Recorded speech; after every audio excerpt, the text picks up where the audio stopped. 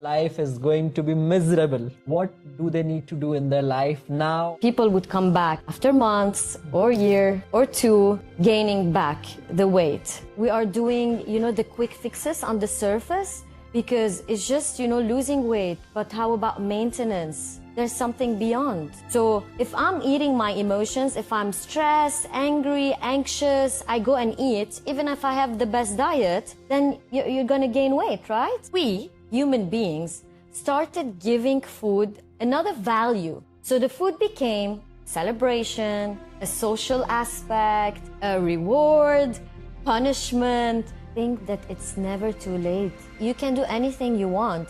Just decide what you want and put a plan. Start today. Start today. It's better than tomorrow. So, Namaste Hero. Namaste. How are you today? I'm great. How are you? Amazing. So happy to see you here. Thank you. Super excited. Super excited. So guys, I have someone very interesting today with me. Her name is Christelle. And she does something very interesting here in Dubai, which no one else does, because I've seen a lot of dietitians, they are there. And some of my friends are even like consulting, If you want to lose weight, do this. If you want to gain weight, do this. But then you go beyond that approach and you talk about body image, breath work, and then hypnotherapy, which is crazy because Namaste Hero is all about spirituality and wellness, and you mix both of them. So you are the perfect person to be here. Thank you.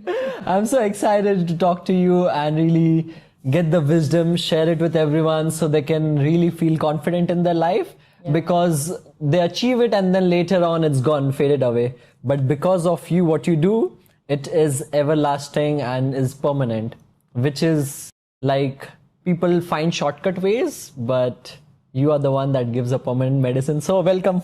Thank you. Thank you for trusting me. So, wow, tell me more about you. You are from Lebanon, and where were you, brought up and things like that? I'm born in Lebanon. I'm half Lebanese, half Armenian. Thus my name Bedrossian. Everything started as a dietitian. So I started my journey, my career, my profession as a dietitian, clinical dietitian. Mm-hmm. So I used to give diet for people. They used to lose weight. I had also one of the best diets from France. It was amazing. But then I noticed that there's a pattern, People would come back after months or year or two, gaining back the weight. So here comes where I decided something is missing and I needed to go a little bit beyond the physical aspect. And this is how my journey continued. And I came to Dubai and did other things. Wow, that's so amazing, right? So this change that you saw that everyone is doing, but I need to make a change. What made that shift? Like in your personal journey, were you facing the same issue or your closed one? What made this happen? Basically my patients, after seeing thousands of patients and seeing that pattern, seeing that some patients are even maybe better than me at counting their calories. They know all the types of diets, but something is missing. They are going back to square zero, They are not having long-lasting habits. We are doing, the quick fixes on the surface. And that's why I'm okay, I'm not really helping them.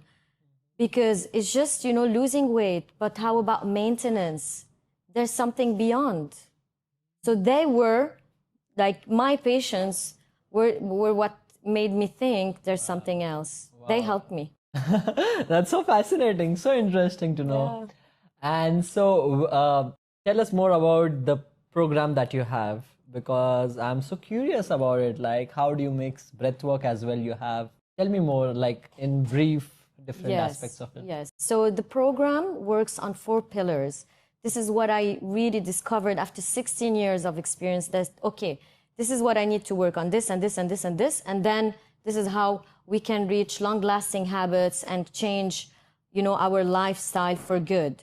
One is the emotions. So you need to have emotional awareness and know how to regulate your emotions. So this is emotional intelligence. And we know that now emotional intelligence is much more important than IQ. So if I'm eating my emotions, if I'm stressed, angry, anxious, I go and eat, even if I have the best diet, then you're going to gain weight, right? So one, understanding my emotions and know how to regulate it instead of going to food to soothe or escape from an emotion. Second is the mind. So here comes the limiting beliefs. I can't lose weight if I'm 40 years old, for example. Things like that. Limiting beliefs, identity, self-criticism, like we talk to ourselves in a very negative way, and this will affect you with the distortions. For example, you're following a diet and then you just cheat one time. Then you say, all the diet finished, that's it. I can't lose weight. And this stopped you, right? So it wasn't the diet, it's your mind. The third one is the nervous system. So even if you work on your emotions, even if you work on your thoughts and distortions, here comes the nervous system. If you are so stressed, your body will secrete cortisol and hormones that will put you into a stress mode, and it won't help you lose weight. And you're going to go for food to soothe the stress. So the fourth thing is the mindset. So after we worked on 1, 2, 3, the fourth comes to, make the growth. So you felt, you understood, you healed the nervous system, and then this is how you grow and have long-lasting habits. That's so fascinating. Yeah. Wow, these 4 pillars. Okay, let's go one by one and we deep dive into that. The first one is emotional awareness, right? Yes. So is it that I want to eat the cake in the night and I'm like, okay, wait, and I'm going to think, okay, I'm eating. So we're totally being aware and then eating it very slowly and enjoying it. Is that what you call as emotional awareness? Yes, emotional awareness, understanding why am I eating, not what am I eating. Why am I eating? What did I feel? Yeah. What did I feel before wanting to eat? So that urge that came, what came before it? Because, you feel you want to eat and you go eat. Yeah. Action, reaction. Yeah. So what we do, we expand the movie, like we make it, go slow. We extend it to see exactly what happened exactly. What happened is you felt sad, lonely at home. Then you felt the urge, I want to comfort that sadness. I don't want to feel that, but you're not aware, right? We're talking on a subconscious level. Then you go and eat to soothe yourself. So if I work with a person to understand what he's feeling and give himself what he really needs, instead of just like a Panadol or a Band-Aid, we can go to the root of the emotional eating. Nice. What are the top 3 things because of that people do this? Because of diet, people eat. Yeah, like the top 3 things that people usually... Emotionally eat. Yeah, emotionally eat. Okay. Usually you have negative feelings and positive feelings. The negative feelings, top 1, stress and anxiety. Top 2, loneliness that comes from sadness. And then top 3 is happy moments. So there's a lot of people who would eat more in social gatherings or to celebrate or to reward themselves because they won something or they did well. So it's not always negative, but the negative is more than the positive ones. But you tend to eat for both styles, the comfortable and the uncomfortable emotions. Especially like Lebanese and Indian weddings. Yeah, what do you want to tell in that? Like, so I wanna understand this. Like in our kind of settings and weddings, yes. People come, feed sweets, and they see this as a sign of happiness or sharing or love. Yeah. Is it good or is it bad? Yeah, brilliant. Because food has a value. Yeah. So usually food, if I'm a dietitian, I would tell you food gives you nutrients, vitamins, minerals, help your muscles grow, get your calories because your cells needs to, get that energy. But we, human beings, started giving food another value. So the food became a celebration, a social aspect, a reward, punishment. So this is where we need to understand for every person. So it's really personalized. Like what food is for you? Maybe for you, food is reward or food is love language. Your mother used to feed you when you come back from school. You're sad, oh honey, come, let's cook something good for you, or let me give you a sandwich, or let's make a cake. So the food gives you value, and once you understand what food is for you, and just you understand it, you're aware of it, but you don't let it rule your life. And then you just go back to food gives me energy. Food is nourishment to my body and to my soul, right? So you give it a different meaning. You shouldn't just erase it completely, because we still want to socialize and eat together. It's a form of, but when this becomes too much, that doesn't help me, follow a healthy lifestyle, then this is when something is going wrong, the extreme. Makes sense. Totally. Thank you for that. And so that is the emotional awareness, emotional eating. Yes. Number one. Number two that you said was limiting beliefs. Yes. What are the top 3 or 5 limiting beliefs that people have in today's day and age? Yeah, the most important ones are distortions, thinking distortions. The top one, there are almost 11 distortions, but the top 3, the all or nothing thinking, or we call it black or white thinking. So they don't see it as gray. It's either white or black. So I'm all in to diet, or I overeat and I'm not looking into my body and I'm not exercising. They don't see it as, okay, it's a journey. And it's okay if I follow a diet and sometimes I cheat, although there's no cheating. I mean, 20% unhealthy or less healthy and 80% healthy. This is part of being healthy, right? So they either go into that side or that side. And this is where you cannot. If you don't move beyond that distortion, you won't reach your target. We need to understand that I can be healthy and sometimes I eat something less healthy and continue. This is top 1. Top 2, blaming. Blaming others and blaming ourselves. Both. So when I blame others, like, yeah, I can't eat healthy because my husband always brings tempting food to the house. Yeah? But you can decide if you want to eat it or not. Or my colleagues at work, they bring stuff. Yeah, but you have the choice. The victim mindset. This will stop you from going to your target. Or blaming myself. Yeah, I'm a failure. Nothing ever works with me. All diets, I'm not disciplined.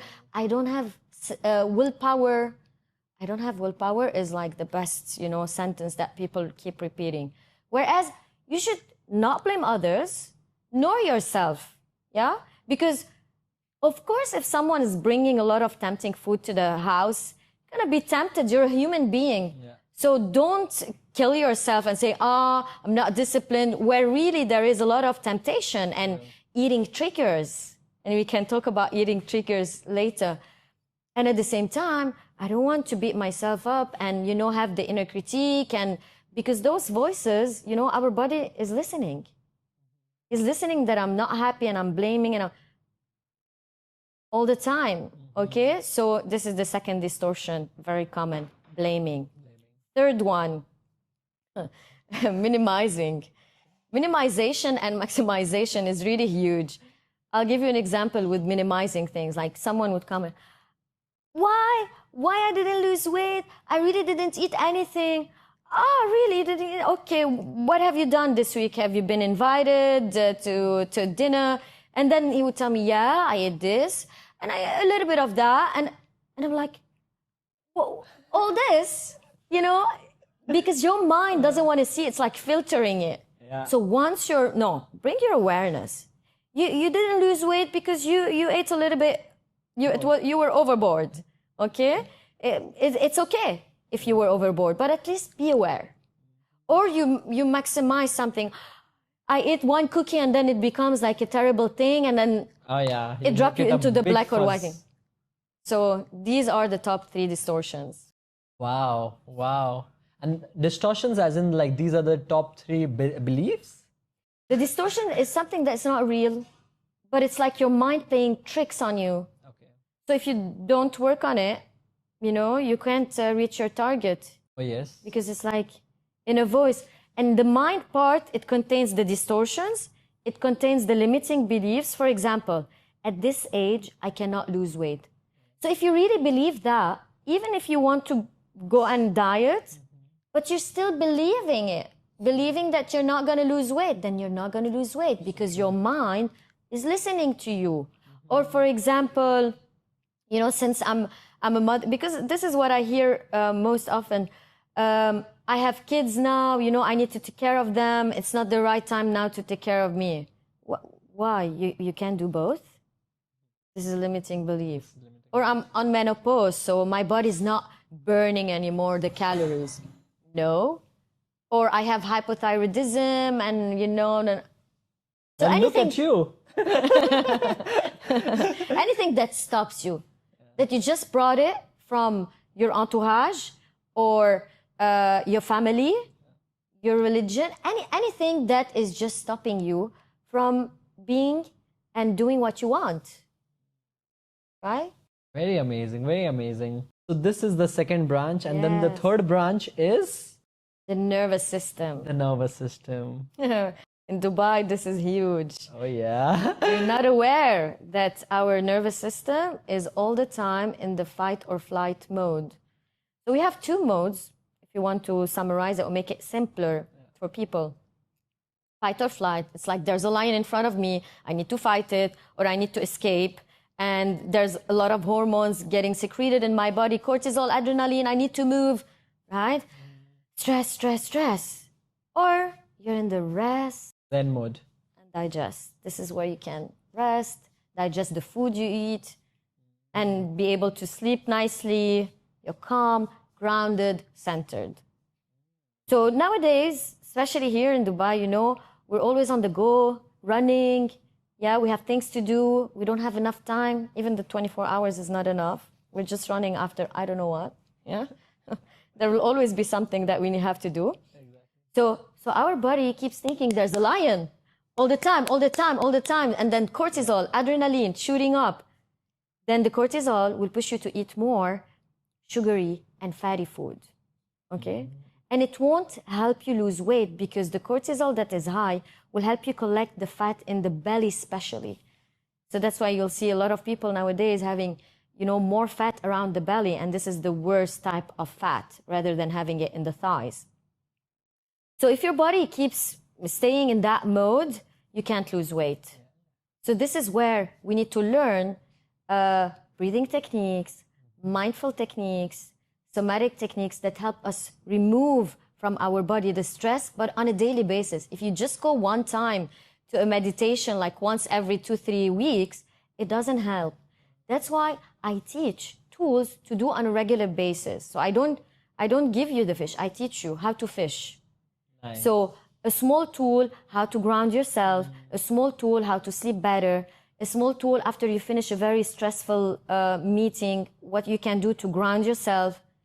So you keep on resetting your nervous system on a daily basis. Then you can also do big breathwork techniques like the somatic 1-2 hours, where you can really purge things from your old stress stuff that happened in your life, traumas, etc. Yeah. Something daily, something more on a monthly basis or yearly basis. Wow, I love it. I'm gonna touch base on that. One question that came to my mind is how to remove these love handles in 2 lines. Oh, okay. Of course, there's what you're eating. Yeah. Of course, there's how much you're moving. Yeah, if you're always on the couch. And there's the stress, because we said that stress means higher cortisol, means fat in the belly area. So you need to tackle these 3 things. Water, how much you're hydrating, not too much salt. You know, so it's never one thing. It's what you're doing. Perfect. Amazing. That's the answer to everyone who has love handles, not me. Just joking. Yeah, so that was that. And now when you talk about these different practices, I would love to know that you do something like breathing technique. I would love for you to display everyone and show that, because these things are so important, as you say, right? Yeah. It's so important, and people always forget that. So maybe now when everyone is watching and you kind of like demonstrate and we all do it with you. Yeah, so the thing is, we haven't learned about emotional intelligence, about breathwork at school or in our university. And that's why at this age, we're starting to get into those techniques. And this is a breathing ball. And I brought it for my kids. I have twins. They are 6 years old. And it's a very nice way to see it. If we were kids, if we had those kind of techniques at school, it would be really good. But now we have to go back to zero and start from zero. So this is a breathing ball that helps you understand that when you inhale, you need your belly to become bigger, to extend. So a lot of people do the opposite. They inhale and they exhale. This is a very common wrong breathing technique. So when we inhale, our belly becomes bigger like this ball. So we inhale together. So we expand the abdomen. Then we exhale and we breathe out. And all the air comes out, so our belly becomes smaller. So it's a technique to show the kids, but it's really good also for adults who needs to train their breathing. You can also put your hand on your belly. It really helps, especially at the beginning, so you get used to, I breathe. So when you breathe, your stomach should expand. Yes, because you not become smaller. So you inhale. Oh my God, I have. You do the opposite? I have been living my life all this time so wrong. Many do it. You always have to look at a baby. So I always say, babies know best. Yeah, you look at a baby's belly, he goes big, then he goes smaller. So remember this ball. You take in, so you need to have the oxygen in. And out means oxygen out. It goes out. It goes out. Wow, lovely. Thank you so much for this experience. I think it is much needed, and this is common misconception that is there. So that's so good because a lot of people, they talk and you kind of like make them experience and teach them how to fish, for example, which is interesting because not all of them do that, and these different practices. So one of them is breath work. And the other one that you have is hypnotherapy? Yes, I do hypnotherapy, more of a conversational hypnotherapy. So why hypnotherapy? It helps you go to the subconscious mind. Because you can tell me, yeah, I like to do this and I don't like to do that, but from where this is coming? This is coming from childhood, from your habits, from childhood habits, from things that happened to you when you were much younger. Or past life. Or past life. Yeah, so you really need to understand that, and on a conscious level, you might not access that. Yeah, especially something happening before 6 or 7 years old, because around 7 years, this is where your conscious mind starts to get developed, right? And before that, it's just the subconscious mind. So you access the subconscious with hypnotherapy. Wow, and so do you also take them on this journey of closing the eyes and boom and all of that? Yeah, I do sometimes this, and I do it conversationally. So I help you see what's in your subconscious mind. So there are different techniques of hypnotherapy. One that you close your eyes and I take you on a script and you go back to your childhood and we try to see when was the first time, for example, that something really touched you, like you saw your mom hiding to eat, or you saw something related to food, to diet, things like that. Yeah.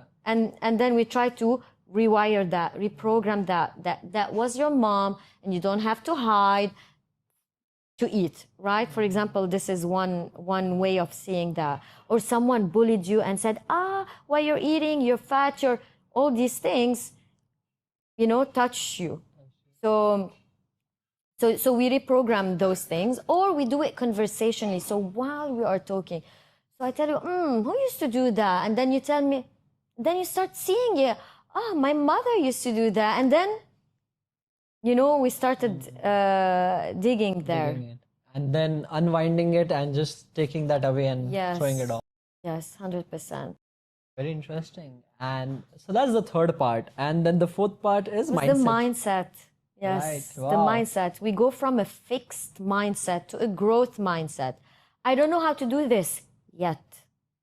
Instead of, I don't know how to do this. I don't know how to, stop emotional eating. Versus, I'm learning tools to manage my emotional eating. Or I haven't mastered it yet. These words, yet, very important, yet, or, I'm learning. Soon.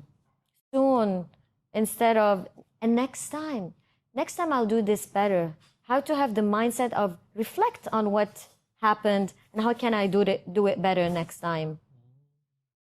Interesting. Yeah, because I think everyone takes words for granted, and also there is something where they make promises and they don't.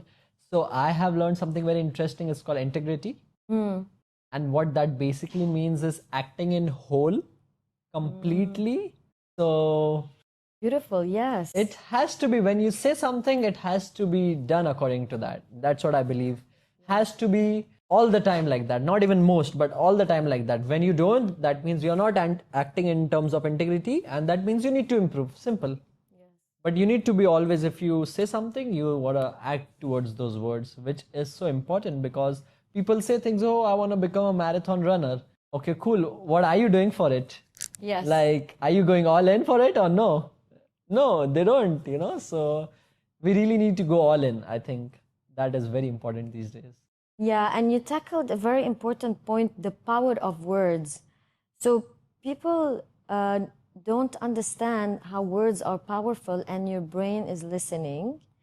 So if you say, I can do this, you just hear that. So even if you say, I want to lose weight, but I can't, yeah? It's really important to use the right words, always in the positive way. Yeah, yes. So true. Yeah. And from there, so you need to have perfect mindset, basically. You need to have a good mindset where you use the right words for yourself, for others, Yes. so they can help improve and achieve your goals and dreams. Lovely. Yes. Amazing. And so I wanted to ask you, what's your top 3 Lebanon cuisine dishes that you really love? Oh, I like mjaddara, it's lentils. I like kibbeh. I know that as well. And I like tabbouleh, it's a salad. Tabbouleh, I know. Yeah, Green salad, yes, yeah. yes. Oh, nice. With parsley and amazing. tomato. And which is the other cuisine that you really love and that you can tell? I like Indian cuisine. Okay. Very rich. I mean, it's one of the most richest cuisine with colors and flavors and textures and cold and hot, and it's amazing. And it's very rich, like the Lebanese cuisine. Yeah. I do like the Indian. Okay, that's nice. Oh, wow. And so what would you suggest everyone on their daily life? Like top 3 things they can eat to improve their life. That it essentially they need these 3 things in their daily life. What are these 3 things? Yeah, for me, there's no such a thing as like there's only this variety, because guess what? Every day something, like we hear this study and this type of food, it was good, but now it's not that good for the health, and products keep changing. But definitely we go back to natural stuff. Back to basics. Yeah. So it's not a type of food, but mainly, or a specific food, but mainly the category, natural food, less processed. Yeah, anything that is raw, like bringing fruits, bringing vegetables, and cooking with that, instead of just adding a lot of stuff. Stay away from processed food. Lovely, lovely. What do you think is better? It's like a now random top fast question and answers. So olive oil or ghee? You know, ghee, right? Clarified butter. Yes. Yeah. Olive oil. Olive oil. Okay. Chicken or other type of protein? Other type of protein, if we're talking vegetable protein, like yes, like lentils or beans. Okay, amazing. Chickpeas. And what else? Veggies or fruits? Both. I knew that was coming. Okay, lovely. That's nice. That's nice. So, what is one of the tips that you want to give a 20 to 25-year-old boy or a girl watching this episode? in terms of, align your body and mind. And to align your body and mind, you need to befriend with your body. So whatever you want to do, you decided to do something, your body needs to follow, right? And if you don't have your body as a friend, it won't follow you.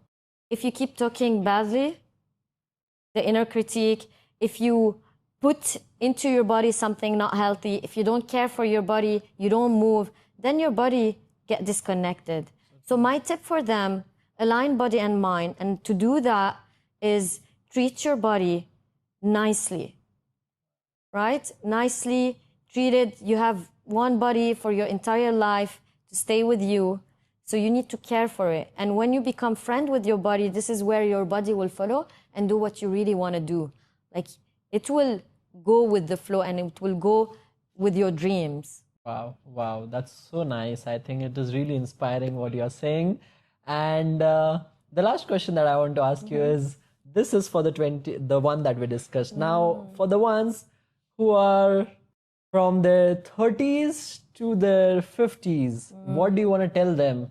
What do they need to do in their life now? Otherwise, their life is going to be miserable. Think that it's never too late. They have this mentality, it's late, I can't do it, now I'm older. No, it's never too late. I'm stronger than when I was in my 20s, right? You can do anything you want. Just decide what you want and put a plan, right? Don't just also decide what you want and sit, right? So you can do anything you want. Just start today. Start today. It's better than tomorrow. Wow, I think you're walking the talk, because what you just said was the mindset branch, and you're just walking the talk that you do. So really, really happy of your wisdom that you're sharing, this beautiful medicine which you took so many years to understand, learn, and now you have put into a program, and that you want to share with everyone. That is great. You would like to tell your Instagram handle. I will put it up there. Thank you. Yeah. And then put in this so that people can reach out to you, and really they can help themselves, not just by doing it and then returning back to it, but of course transforming their life forever. So yeah, thank you so much Thank you. for being so awesome. Thank you. Thank you. You're the hero. And you are.